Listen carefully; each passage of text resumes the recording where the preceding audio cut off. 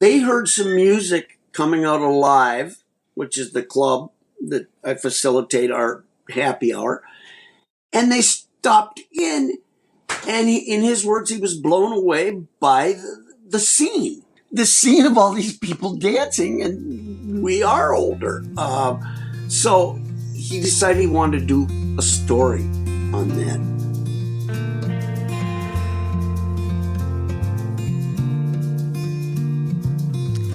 Welcome to Zestful Aging, where I speak with fascinating people from all over the world, from every walk of life, who will inspire you to live with zest.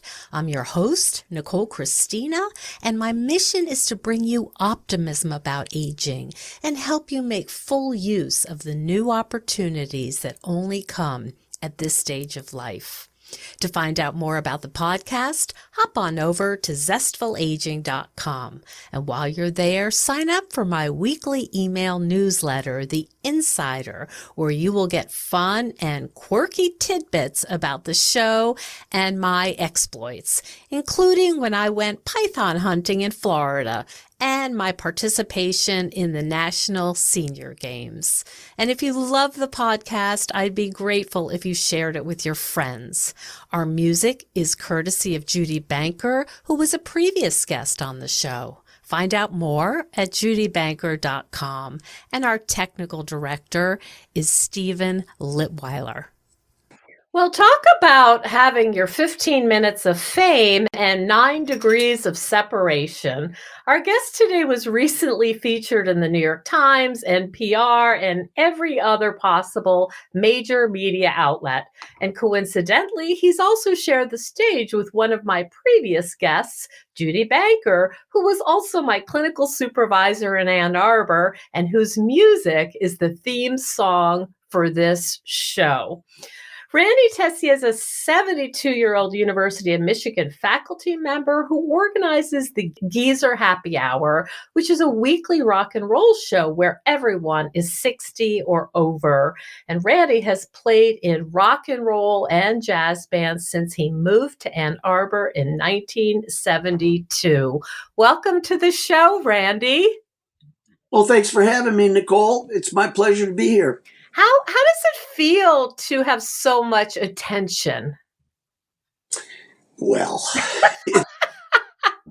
it's a bit overwhelming because most of the people that initially saw this in the New York Times, they have no idea what having your picture and your name in the New York Times, that they have no idea what kind of can of worms, if you will, or beautiful present that opens up. It wasn't instantaneous. Once it went in and went on, what happened exactly? So you obviously knew a reporter came to Geezer Happy Hour and then had it unfold.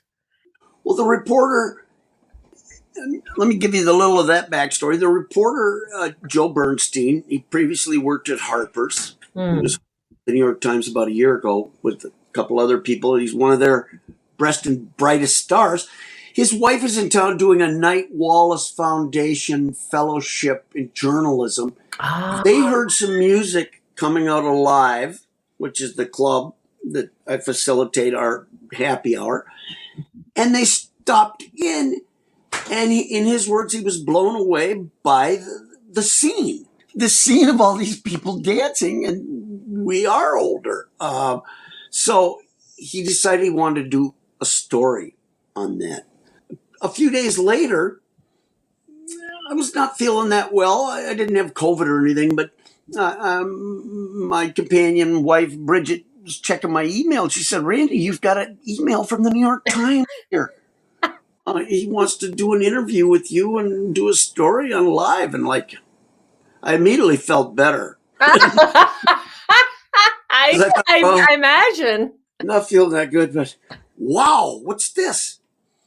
So he came to my office and he arranged to come down there. I should say that the night he stopped in there, Dan Mulholland and the Stomp Rockets were playing, one of the local bands. It's really cool. And they're kind of a garage rock band, and that really caught his attention. The whole scene caught his attention. He decided to do a story on the scene. Mm-hmm. And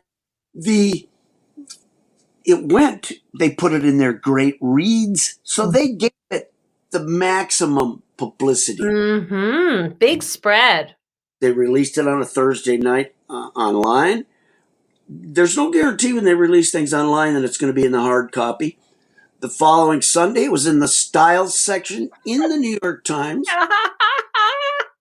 And Nicole, that styles section, what's cool about that is, because the New York Times, regardless of your politics, it's sort of a liberal newspaper and everything, but it is the top paper in the world probably being read. But because it's in the styles section and it's kind of a human interest story about people aging, it went to like Dubuque, Iowa, Santa Rosa, California, Ishpeming. So all kinds of newspapers that just have little sections in the paper about human interest stories, they picked up the story. Mm-hmm. Mm-hmm. And let me say a little more. I got contacted by somebody from the Drew Barrymore show. All of a sudden, they wanted me on WGN. I was contacted by Kelly Clarkson show recently. I was on the Robin and Don WGN Chicago television last I saw that. Oh my goodness. Nicole, you are an interviewer, and you know the ropes when it comes to interviewing. And if you noticed, I threw the question back to them rather than letting them ask me the question. They said, "Well, what is it about this?" And I said, "You tell me. You tell me what it's about." Did you notice that? I noticed that it wasn't a typical interview. Let me say that. It did seem more spirited. You seemed a little bit, I think sparring is not the right word, but there was a different energy into, like, they were asking questions and you were just giving them exactly what they were looking for, which was probably some nice sound bites. Well, they let me go. Like, I figure, you know this better than me, they can kind of control the length of those interviews. But for instance, they asked me, well, what does it mean to be cool? They could have cut it off before all that stuff where I talked about what cool is. So that was fun. And you know what it's like to be an interviewer. I mean, there's nothing worse than getting somebody that doesn't want to talk, right? I'm sure that doesn't happen to you, but it does happen. What was that about for you? I mean, is there something, how shall I say it? Is there a part of you that doesn't enjoy this, or that doesn't really feel congruent with who you are? Well, if you notice, when I hear myself, like when I hear this or I heard that, I'm always a little surprised at what a character I am. I mean, I'm very animated, right? Mm-hmm. And that so sometimes that animation, I think, could be a little confused with maybe what you're calling a little bit of contention when you use the word sparring. But I just want to prompt them, because all of a sudden she started talking. Robin, I think her name is, started talking about people on their couches and that. She started answering the question to me. Mm. So let me see if I understand this. Did it feel like there was an agenda and that you didn't want there to be an agenda? Well, I if the agenda is old people dancing, that's what I would call old people dancing is kind of a product, not a product. Because I mean, we've always danced. It just was never a story when we were young. Nobody was coming in and doing a story about. But we've always been there in some way, shape, or form for the last 25 years, dancing at a happy hour in Ann Arbor. I see. So is part of this like what took you so long, or this is obvious, or I feel like there was a way in which you talked about even the word geezer, and that there's been some question about, like, is this like people looking at us almost like we're an oddity or something to watch, like, they're going to the zoo or something. Was there a piece of it that felt not respectful?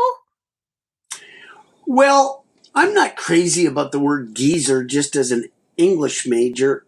I'm not crazy about the sound of the word, but I'm just wondering if some parts of this felt a little unsavory to you and celebrating something that was actually just your life. And you're just this guy. You've played music forever. You're doing what you love. And all of a sudden, you become a celebrity. And my sense was you weren't entirely comfortable with it. well, there's no way you could know that unless who would have thunk it? Nicole, I'm so glad this didn't happen to me when I was 32. Mm. This would be, I mean, if you played music, when I first heard the Beatles in 1962, I wanted to be like the Beatles, Mm-hmm. Of course you want to, this is what you want all your life.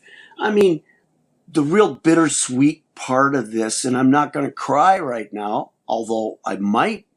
This is what I had always wanted for my beloved son that died a year ago at Oh. 39. I'd always wanted him because he played the bass. He moved to Los Angeles. His beautiful wife, Amelia, is in public health at UCLA. She just got her degree. These are all things I really wanted for my own son. Mm-hmm. And all of a sudden, I'm just glad they didn't happen a year ago when I went through this tragic period. I mean, I'll always be going through the tragic period. We could talk about grief in a bit, but yes, it's been bittersweet, and I feel a little bit protective of our constituency of Mm-hmm. if you call it that. A lot of them were like, what is this Heisenbergian outside perspective going to do to our club? Mm-hmm. Is it going to ruin it somehow? Ruin our joy? Well, it hasn't, but it. And then if you read that story, there was a little mention of a person in there. There were some parts of the story. I thought the story was beautifully written, but he mentioned some people in there that Ann Arbor's a politically correct town. So Mm-hmm. people weren't happy with some of the mentions in there. Mm-hmm. So I think what I'm getting from this is it's fairly complicated and ambivalent. I mean, there's part of it that's, wow, who would not want this? Who would not want to be celebrated? And I know you're just from what I've read, I'm sure you appreciate that this could be offered to other communities and they could share in this joy and zest, but it sounds like it's complicated. Well, I do. I appreciate all the people, people, hey, Randy, do you want to start a consulting firm? Randy, do you want to start a franchise? No. I mean, I don't think of our scene as something you can put in a bottle and put a cork on it and commodify it and sell. Mm. It has been, I also feel, Nicole, a little bit like, am I bragging? Am I a braggart? I was raised Catholic. I don't really believe in, but I wonder, am I being prideful? Am I bragging too much? I mean, I almost can't brag anymore, Nicole, because when I go places, people already know this. If I start saying, "Oh, did you hear about me in the New York Times?" They go, "Yeah, we saw it, you braggart." Ah! Well, our mutual friend Judy Banker said, "Oh, the whole town's buzzing about it." They are. Lucy Ann Lance has a local radio show on 1290 AM. She did a 20-minute interview. The Ann Arbor Observer did a piece. M Live did a piece. Everybody in Ann Arbor. So I would say, Nicole, it's no good to be famous nationally if you're a bum locally. Hi, everyone. You may have noticed that Zestful Aging Podcast does not run a lot of ads. That's because I'm just not willing to endorse products that I don't have total confidence in and that I don't use myself. So it really means something when I tell you that after I interviewed Dr. Bill Rawls on cellular health, read his books, and learned about his high standards for quality control, I was sold. I placed an order for Vital Plant supplements immediately. I encourage you to check out both of my interviews with Dr. Bill Rawls and hop on over to vitalplan.com. If you enter Zestful15, they will give you a 15% off of your first order. I'm really excited for you to try these products. I think you'll be very impressed.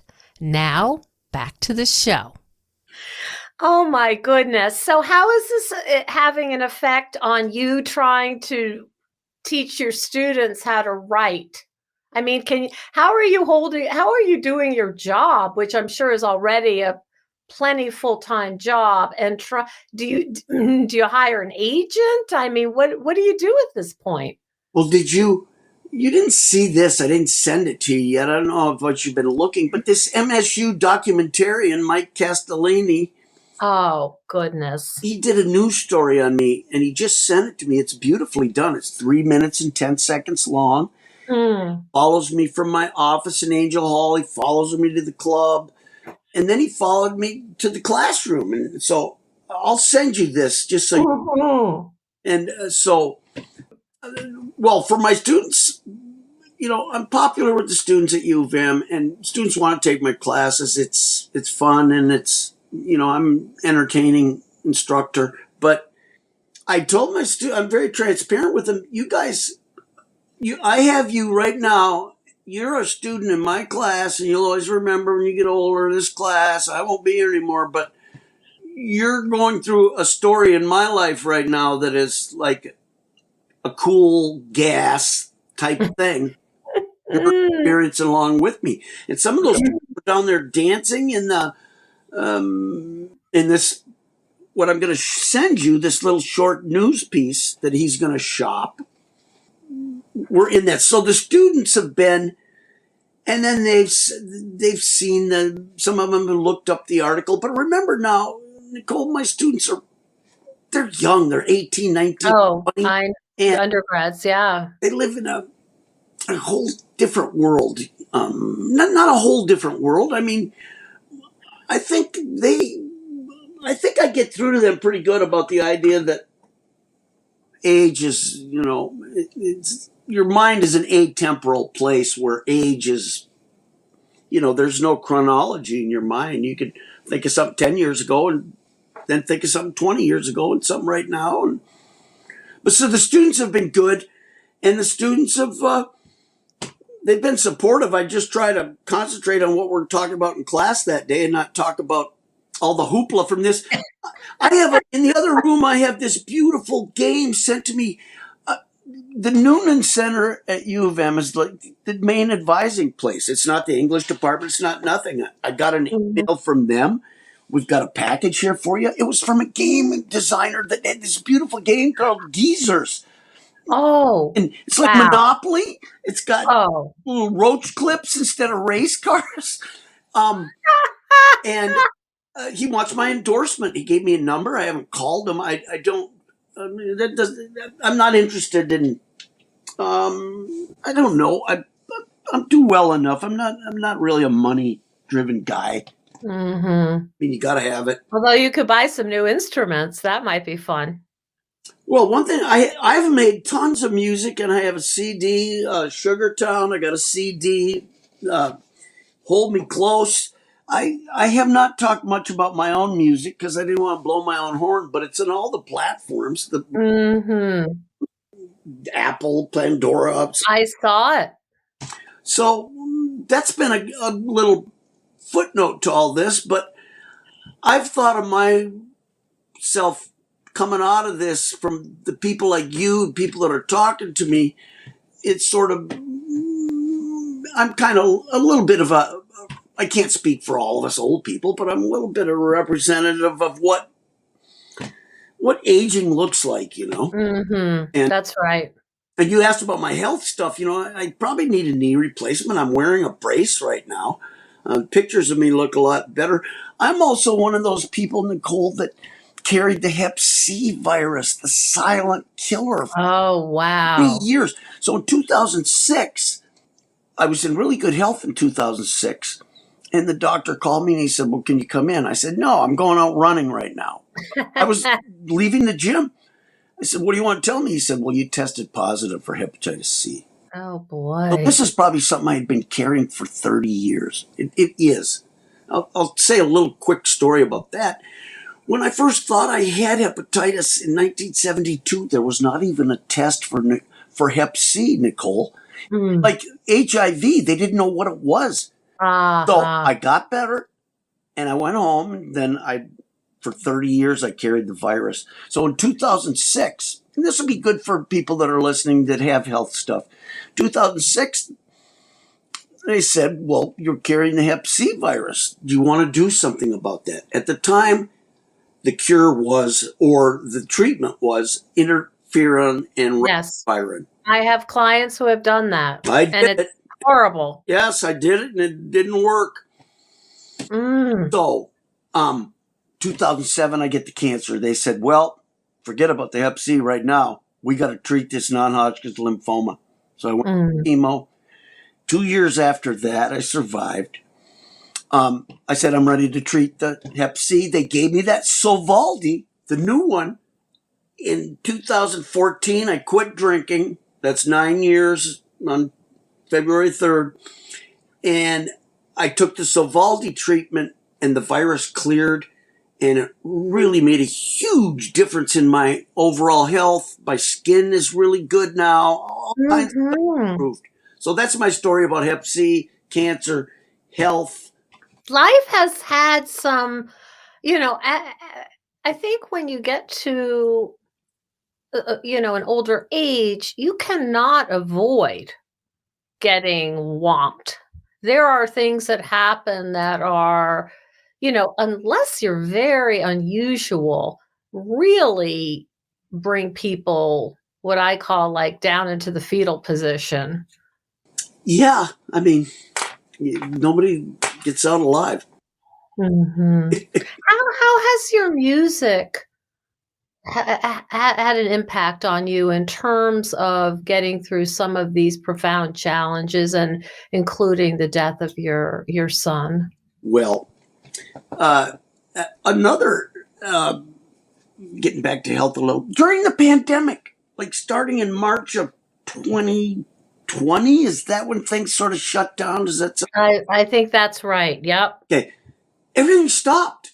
I had a band called Fubar that was very successful at live. We were one of the crown jewel bands. I was in and helped direct that band.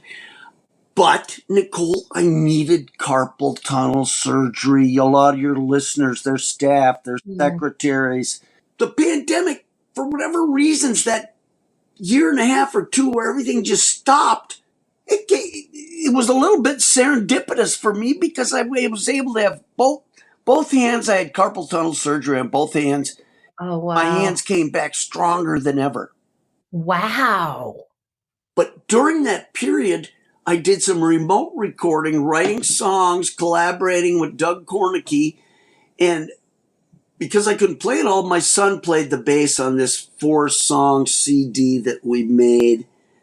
And that just sort of happened. This is before he got sick, but the pandemic literally gave me a chance to have surgery on both hands and have it come back and be really strong. And my playing is as good as it's been since I was in my 30s right now.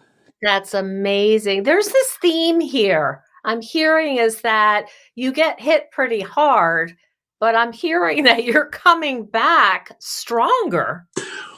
Well, people thought that. Everybody that, because when my son died a year ago, and Nicole, my best friend in the world, my soul brother, Kim, that lived in my house in Ann Arbor, he died 9 days before my son suddenly. He was 71. Oh He fell gosh. over dead. Just boom. Oh. So then my Oh. son, 9 days later, he's going to die. He's asking me about Uncle Kim, my friend. I'm saying, oh, well, you'll see him soon. But Mm. just recently when I start playing again, and I wanted to play the bass. I don't want to really be out in front right now. I wanted to play with Mad Cat Ruth. I playing with Al J.K. I just kind of want to play the bass and fit in and sing. I don't want to be the leader of a band right now. But I think I've been a pretty good example of, as you said, how to get through it and come out the other side fairly intact. You're talking about resilience, and it's remarkable that as humans, and you do such a good job modeling this, is like life can really suck, and somehow you're figuring out a way to not pretend it doesn't suck sometimes, but to still step forward with all of the difficulties. I'm trying to be.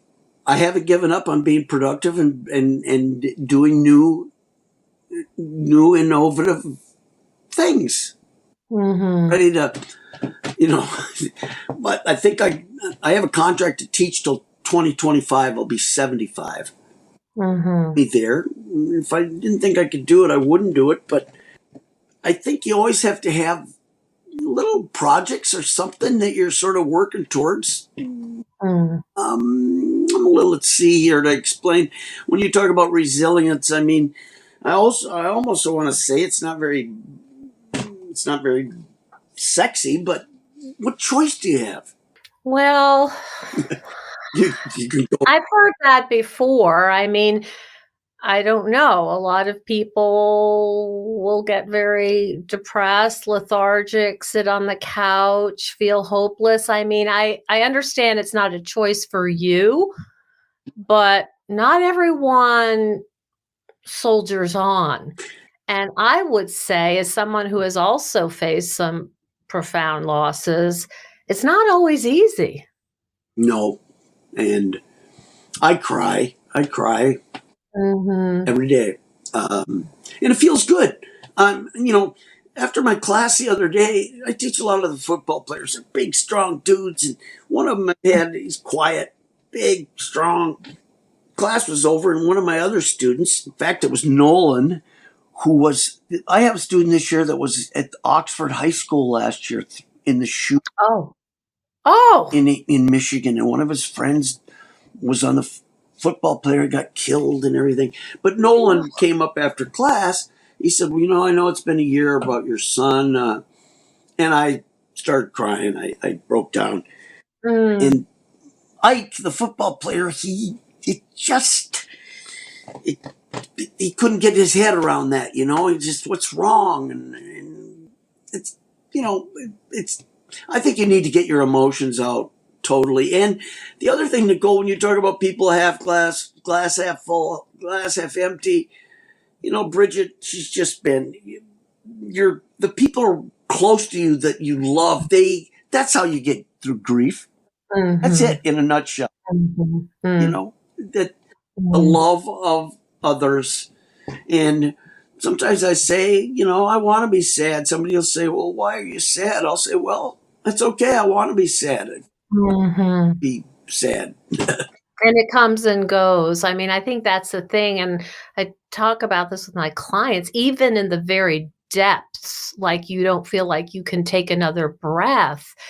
There's this thing about emotions where you have like a little break and then the wave crashes and then you have a break and then you know what I mean? So it's not a solid wall of misery. No. There are moments. And I think the troughs between those waves, time makes those longer, hopefully. Mm-hmm.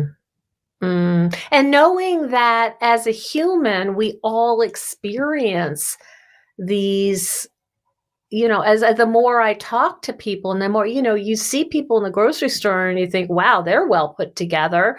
But since I had sat with them an hour ago, I know what kind of grief they're carrying, that it's such a universal experience to suffer. Well, I'd never had this kind of grief till I was 70. So that's where you go, count your blessings, right? And son is 39 years. He packed in so much life into him. So I think what we had, not what we didn't have, but yeah, there was something else I wanted to say here. I'm thinking about it, but when you're playing and you're really in it, Does it feel like it's transcendent somehow? Do you kind of move to a different place? When I play the bass here, my son and my friend, who was a great bass player, I feel like I'm representing their bass playing, and I feel Mm, playing my bass here. My playing has improved. My son, when he was dying, it took 6 months, and we were together every day, and he showed me, he learned how to play the upright, and he's like a father. He's learned all the things I don't know, the formally. He went to Manus, part of the new school in Manhattan, so really knows music. So he really taught me a lot about the bass, which is ironic because I taught him when he was young. And mm, when I play, I'm in there playing like later tonight, and I'll go practice and I'll play the Beatles or Miles Davis or whatever I'm working on. I swear to God, I'm in touch with. mhm, Talk mm, about transcendence. Yes, There's a channeling somehow. there is, because music is it's more immediate type of it's more immediate than language. It doesn't need to be. You don't need to know about the War of 1812 to appreciate Tchaikovsky. Mhm. Right. It's not a cognitive, solely it's an all body Yeah, music experience. is it's more immediate than language. Mhm. Mm. So music's been very salvific for me, but I also this after last year, what happened to me, Nicole, and then all of a sudden this, I have to almost think, even though I'm not religious, I'm very spiritual. Mhm. Everybody's saying, "Well, it's Russ up there. He made this happen for you," and all those.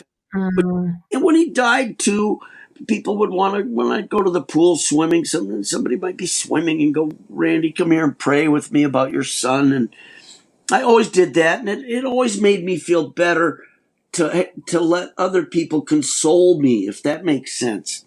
Mm. But it sounds like you have your own way that you feel soothed or connected, and it's not necessarily conventional. No, you're kind of asking me what's my strategy for. Yeah, I guess, but we all have to do that in our own way. When you say unconventional, I mean, there's been so much talk about grief and the D, what is it called, the DMS, is The DSM, yeah. grief, Yep, having, the Bible of psychiatry. but it's just a very individual thing. Mhm, mm. And I'm suspecting that his mom and you do it differently. Well, Gwen and my daughter Sarah, his sister. That's another thing that sustains me, is sustaining them, my grandkids, and yeah, really Mm, hard on his mom. She's not as settled as me, and she doesn't have a good job like me. So I've been really invested in getting her through all this, which it's working. It's working. mhm. Zestful aging. Mm, Uh, Also, I've said this too. There's no future in living in the past. Some people like that quote. It's kind of what I like to say. I mean, important, but mhm, the future is very precious, especially when you're our age. You don't have a lot of future left. It's a very precious mhm, commodity. So, mhm. um, I treasure the future, and as you said, you just don't know. I might not be here tomorrow. Right. I'm just wondering, it let me see. It sounds like your life is so full of things that you love. It is. I'm a very busy guy. I don't think I am. A lot of times I said, you're sitting around here watching The Last of Us last night or whatever. What are you doing? Hmm. You should be doing something. I'm very animated guy. I mean, I think I've got ADHD and whatever, but never checked on. Mhm. And do you know other people? You must, other faculty, other people, peers that do not have that zest, that are just kind of maybe calling it in or feeling their aches and pains. What's it like to see that? Well, I don't like to judge. I mean, yes, some people seem to be going through the motions in life. I'm the oldest academic walking around now in the English department at 72. And Mm. one person older than me, and I've slowly come to this. I've been there 32 years, but the university's made a huge, I didn't talk to you about that. The university's made a huge, they're so proud of me. The university had not so good stories lately. So they're really proud of seeing an employee. All the departments shared the stories. Ah, so they really are celebrating you. Yes. Yes.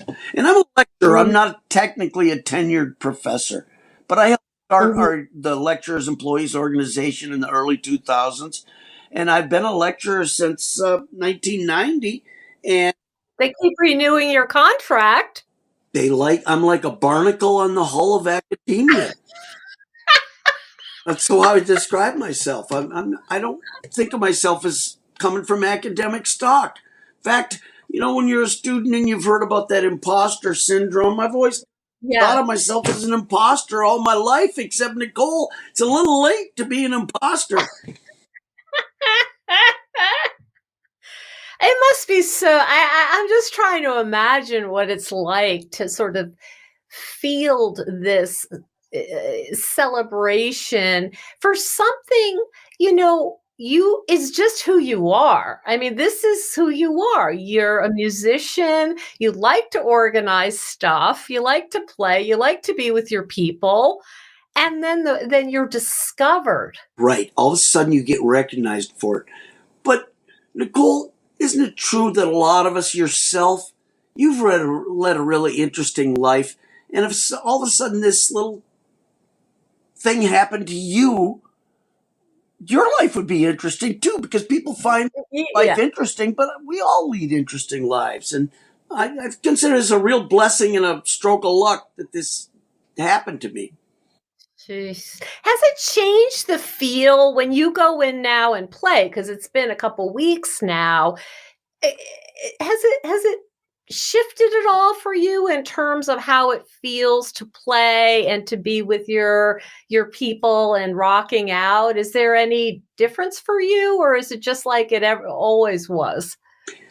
Well, the pandemic sort of shut down a lot of things, so it's different for me in terms of I'm in a different role. I'm not out in front of a band. I'm playing bass. I'm singing. I'm contributing to a couple of different bands, but so it's different in that way, but it's not really different in terms of the clientele there. Although now we have, in the 1 month after the New York Times article, we went like from 2,000 people on the Facebook Happy Hour page to 4,000. So Wow. huge upsurge of people, but it feels different when I go out in public in general now. Like I feel like I'm known. How do you describe it? You go to Zingerman's and Yes, they anywhere give you free downtown, bread? or Washington Dairy, or Knights, or Oh, wow. I'm in this. Yesterday, I'm in the sauna in the North Campus Recreation Building, which is for the university. So it's all these young students. Yeah. I'm in the sauna, an old man, because I went swimming, which after I talk to you today, I'm going to go swim. I am a gym rat. Okay. I'm very dedicated to working out. I lift weights. I swim. So I'm sitting in the sauna, this old 72-year-old guy in a Speedo. Um, Thanks for the visual, and, Randy. well, these two 18-year-old young ladies that had just swam. In fact, I've seen them Oh, swimming boy. before because there's a group of us that swim together at noon. They're Yeah. sitting in the sauna across from me. I'm giving everybody space. I'm sitting over on the other side. Right. And it's quiet.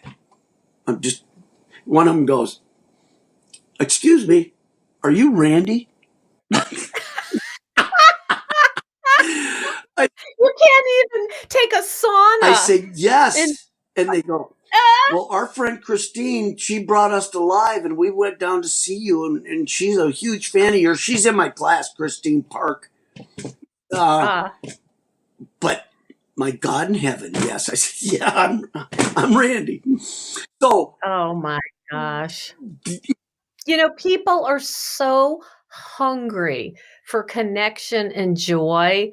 And of course we're all aging, and I know you're familiar with the demographic, but it's like, wow, you just hit it right on the head. We are so desperate for relief from the suffering and the pain of the world, and to be with our group and to dance. I mean, it could not be more perfect. uh, and dancing.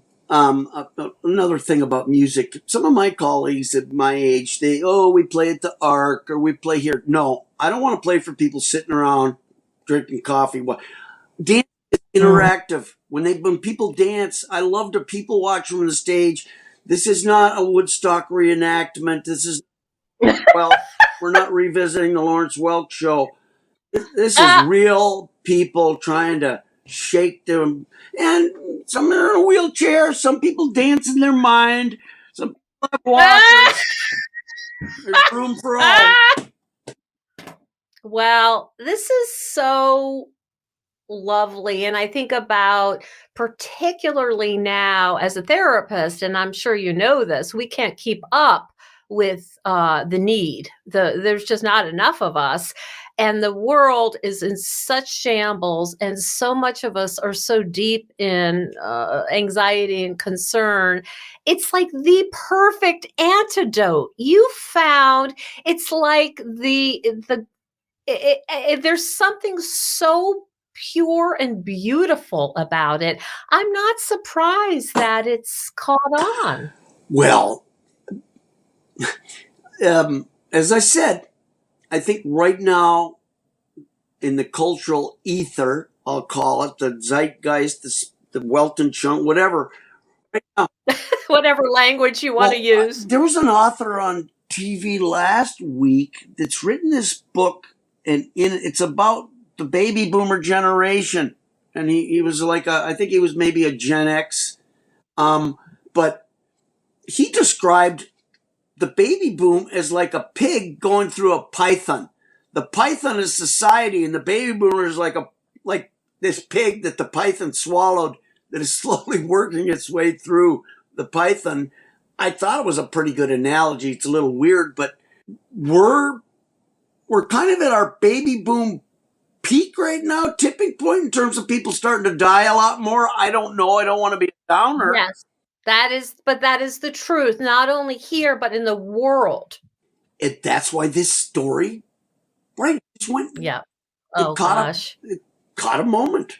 But it's so profound. It's not just like Cabbage Patch Dolls, where it's this trend and then you get tired of it. It speaks to such the need for humanity, the connection, and seeing each other, and celebrating what is good.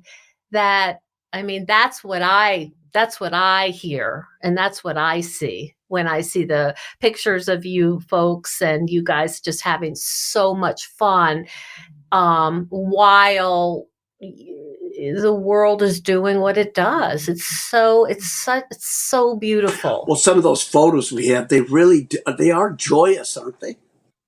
Oh, they really are. I mean, I thought, I was preparing for our talk today, and I thought, you want to talk about zestful. I mean, you are like the king of the zest. I mean, in all, and we think about the context, but still, I mean, that's what really is so appealing, and I so appreciate, you spreading this, and being willing to talk to everybody, and hopefully this will go out in the world and bring people joy, and we know that happiness is health promoting.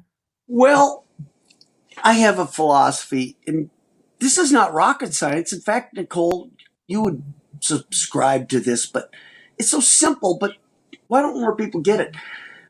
Whomever you're Mm-hmm. talking to in the world, whoever you interact with, if you make them feel really important, they're going to think you're the greatest thing since sliced bread. We all want to be heard and seen and feel important. Exactly. That is for sure. Yeah. To me, that comes naturally to try to make you feel important. You know what it is strikes me? Tell me if this fits. It's the antithesis of Facebook. It is not this sort of superficial, like, oh, your dog, that's a cute dog picture. It's being in a space where, we're all aging. That comes with its own, mishigas, if you will. But you're seeing each other and you are celebrating. And it really is what everybody's desperately needing right now. It's the antithesis of social media. It is, because social media is really about a lot of discreet branding. Mm. I mean, it's Mm-hmm. about, champion your own identity. You Yeah. said, look at my dog, look what I made. And the thing when we get together like these things, it's, you can theorize about it, but it's a practice and you can't really describe it. I mean, get together Mm-hmm. and we feel this. It's hard. It's love. It is love. Yeah. It's love. And you probably know this, but when you look at the Harvard study of developmental, the adult development, the longest study, longitudinal study on aging, that is the take home. Is you can eat kale all day long, you can swim hundreds of laps. You have, as mammals slash primates, we need the love. And that's what you're just basking in it. Well, Like a love something. I don't know what. It's beautiful. well, you're a part of it too. You Well, I'll tell you you spread what, I'm love. feeling like I need to come out to Ann Arbor and walk in the Arb and maybe say hi to Judy and see if this it sounds like it's worth a road trip. Hang out in my old haunts. Well, Nicole, you would think I'm there every week. I'm not. I'm not. Okay. Well, I better check in on your schedule before I make Well, plans. no. I mean, any week's a good week to come, but um, Okay. um, I don't. I facilitate this. Also, I haven't said this. I assume people know it. I'm not compensated in any way by the club or anything. I just am able to have a venue. My compensation is I can control the venue, so when I need a place to play, we old people have a place to play. That's Mhm. really why I've always done it, and I think of us as a musical co-op too of dancers.